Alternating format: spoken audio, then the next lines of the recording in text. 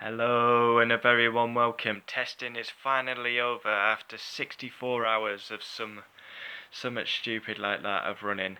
Next stop, Albert Park, Melbourne, Australia. Cannot wait. Testing is finally over.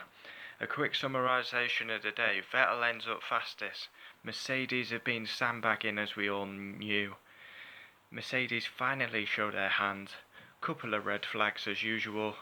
And I think it was Carlos Sainz did the most laps. Let's get into it. F1 testing, day 4, second test, Vettel's fastest. Mercedes finally show pace. And I cannot wait. Next stop, Albert Park, Melbourne. Kubica today in the car. The underrated Polishman. Sainz fastest early on. And then Sebastian Vettel goes fastest with a 1:16.2. Kimi stops. Turn 8, Kimi Raikkonen stops just at the bottom of the hill. Red flag comes out. First red flag of the day. Red Bull gearbox issues hamper Max's day. Max is trying to do some laps. Just can't get out. Gearbox issues totally ruins Max's day. Vettel then stops, grinds to a halt, turn 2, second red flag of the day, an electrical issue, and that paved the end of Sebastian Vettel's day. Ferrari packed up. And then finally, sandbagging for 7.5 days, finally Mercedes put a true lap in. True pace. Hamilton, quick time, he does a 1:16.224, and Vettel did a 1:16.221. So 0.3 between them. Mercedes been sandbagging. We knew it. We knew Mercedes were sandbagging. Anyone who follows F1 closely knew Mercedes were sandbagging. I mean, they were never going to be 11th and 12th. They finally showed their hand. And now who's going to get pole at Albert Park? And then to top the day off, Kevin Magnussen stops out on track. Another red flag. So that's 3 red flags. Kimi Raikkonen turn 8. Sebastian Vettel turn 2. Kevin Magnussen, red flag. Not gonna bullshit you, I've got no information. I just know Magnussen stopped out on track in the last 15 minutes. The thing that's impressed me about this test, reliability, absolutely phenomenal. Really is. We usually see a lot more stoppages, a lot more issues with the cars. They seem to be on fire, the cars. My dark horse from testing, and this is purely by testing, I'd say my dark horse is Toro Rosso. That Toro Rosso looks good. Alexander Albon has been really impressive. My worry would be Racing Point. I don't know, I just don't think they're going to be as good as they usually are. They've not been that impressive. Williams as well. Obviously they missed out on 2 days. They don't look quick. They're doing mileage, but they don't look quick. And obviously the favourites are Ferrari.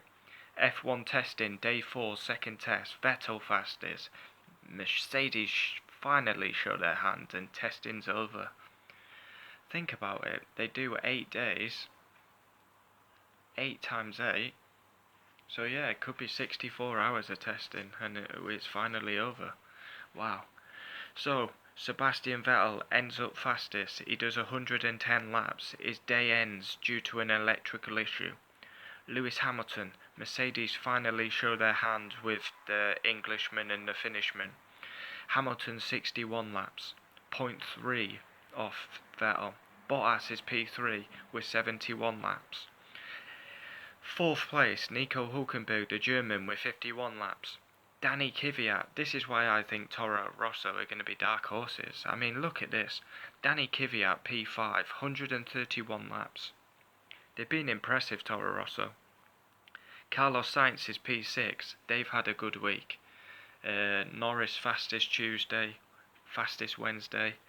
They've had a good week. He's done the most laps today, Carlos Sainz, 134.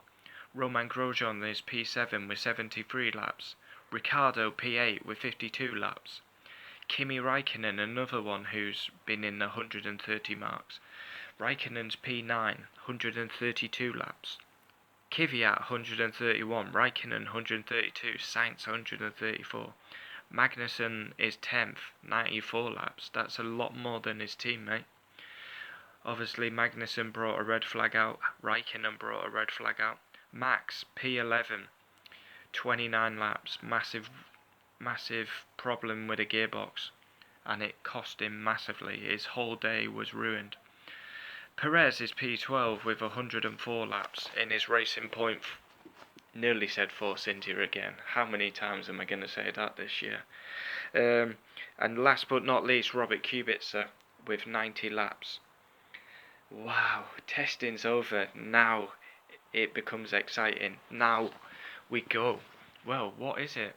What date are we on today? 1st of March today, so we've literally got 2 weeks. 2 weeks and it'll be practice 1.